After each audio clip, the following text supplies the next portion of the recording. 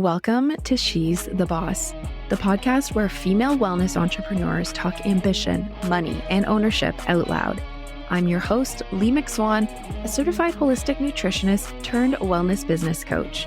This is where conversations are unfiltered, the rules of entrepreneurship get rewritten, and nothing is off limits. Money, motherhood, friendships, legacy, wealth, power, and what it really takes to build a life and business on your terms. $10,000 a month at $150 a session is 67 sessions a month. I know holistic nutritionists who hit 10 grand a month with a full week off.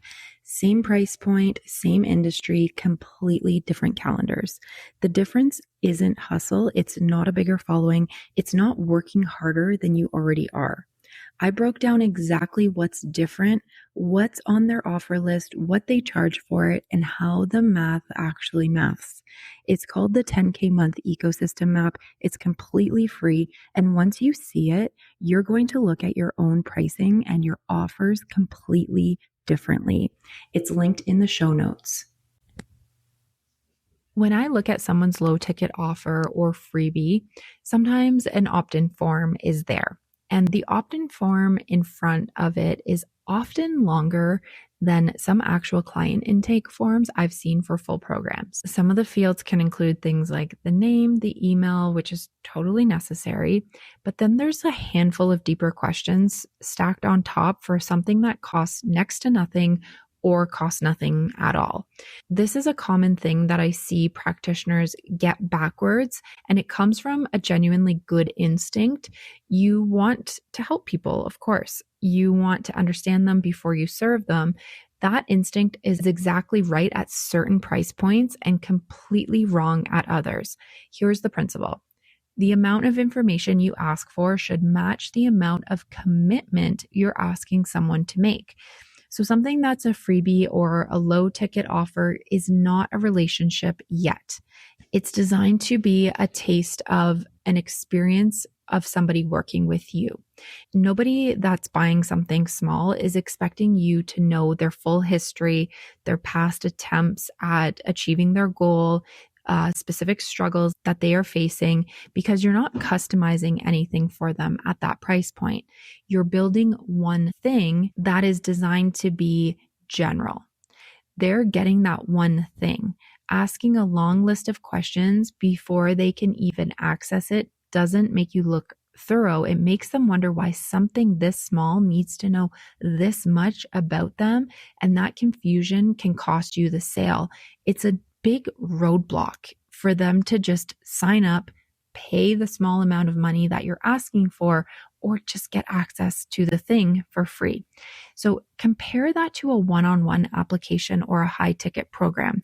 There, the depth is not just appropriate, but it's expected and it's actually necessary. Someone that's considering a real investment wants to feel like you're actually going to look at their answers and build something around them, something custom, something holistic for them.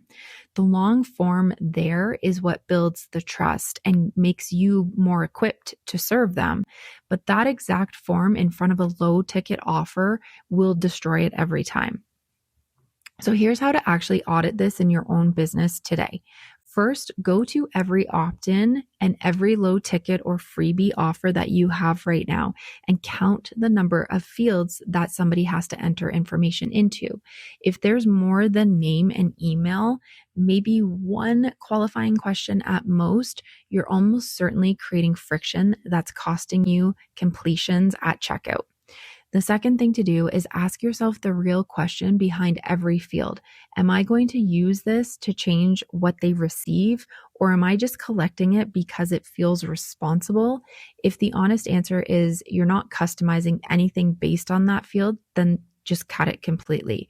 You can always collect deeper information later after they've bought, when they're already inside your world and the relationship has actually got some weight behind it.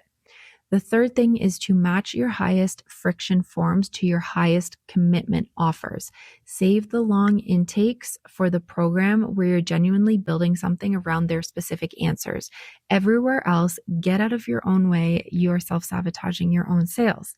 And this one's sneaky because it feels like good practice, but Remember, more information, more care, more thoroughness at the wrong price point just becomes more of a barrier between a willing buyer and the buy button.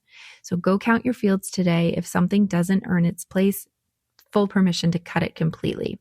If you want to see where friction might be quietly costing you in your funnel, take the Empire Gap quiz. It's linked in the show notes and it's built to show you exactly where the current gap in your business is. That's it for today. I'll see you back here next week for a new episode.